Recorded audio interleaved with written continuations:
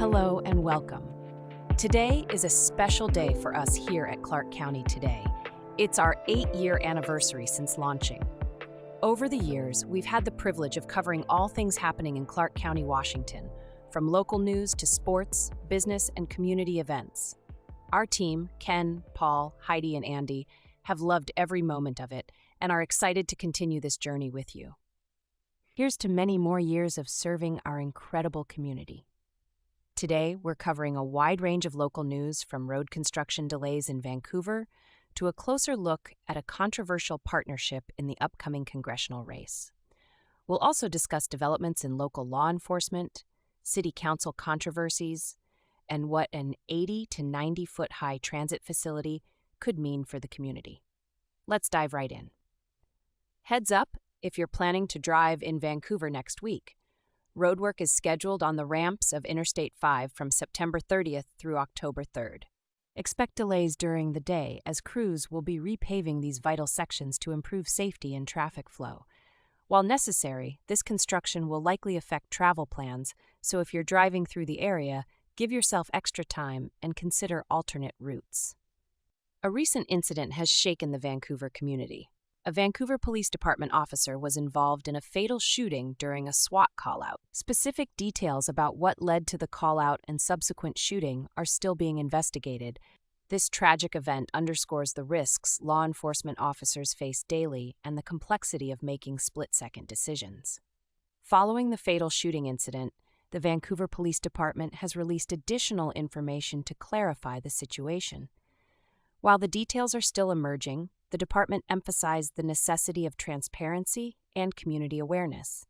They outlined their commitment to conducting a thorough investigation into the officer's actions and the circumstances that led to the shooting. In a startling turn of events, a Camas City Council member now faces felony assault charges.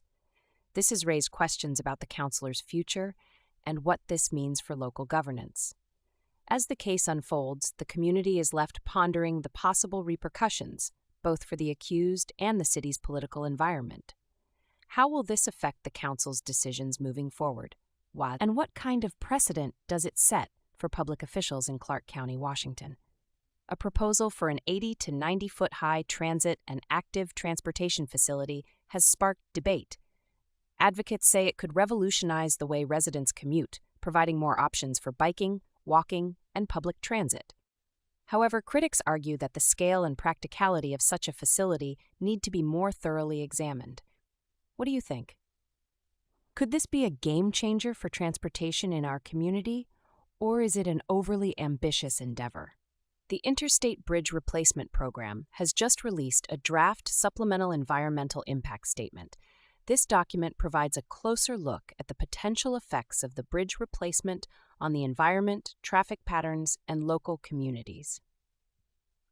Public input will be crucial in shaping the project's final outcome, so if you have concerns or suggestions, now's the time to get involved. The future of this major infrastructure project is in the community's hands. A major shakeup in the 3rd Congressional District race. Candidates Joe Kent and Heidi St. John have agreed to join forces in their campaign, aiming to strengthen the Republican effort in Southwest Washington. This strategic move could significantly alter the political landscape as the candidates combine their resources and support bases. Will this alliance give them the edge needed to secure victory? What do local voters think of this new partnership? We're asking you, our readers, what you think about this new political alliance. Do you believe the partnership between Joe Kent and Heidi St. John will strengthen the Republican campaign in Southwest Washington? Head over to clarkcountytoday.com to cast your vote and share your thoughts. Your opinion matters, and we want to hear from you. A letter to the editor delves into the qualities that define true leadership. It discusses how leaders who take initiative, make difficult decisions, and act with integrity set themselves apart in times of crisis. This piece encourages readers to reflect on the leadership qualities they value most in their community leaders. The ongoing legal battle involving Winco Foods has taken another turn. Rob Anderson, leader of Reform Clark County, has filed a motion to dismiss the lawsuit against the company. This development raises important questions about legal processes and the role of local advocacy groups in shaping community standards. The motion's outcome could set a precedent for future disputes between large corporations and local entities. A growing concern in our area. Clark County, Washington faces a shortage of public defenders, a situation that could potentially impact public safety. Without adequate legal representation, the justice system could become overwhelmed, leading to delays in court proceedings and potential risks to public welfare. This issue not only affects those in the criminal justice system, but also raises broader questions about access to fair legal representation for all community members. Finally, our sports team dives into high school football rivalries and the latest computer rankings on the Clark County Today Sports Podcast.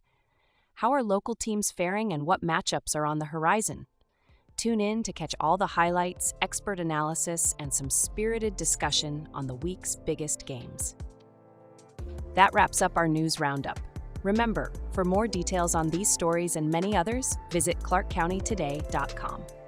If you have thoughts or insights you'd like to share, consider submitting a letter to the editor at ken.v@clarkcountytoday.com. And don't forget to cast your vote in our weekly poll question. Your opinion matters. Thanks for tuning in. Have a wonderful weekend, and remember to keep up with clarkcountytoday.com for all your local news.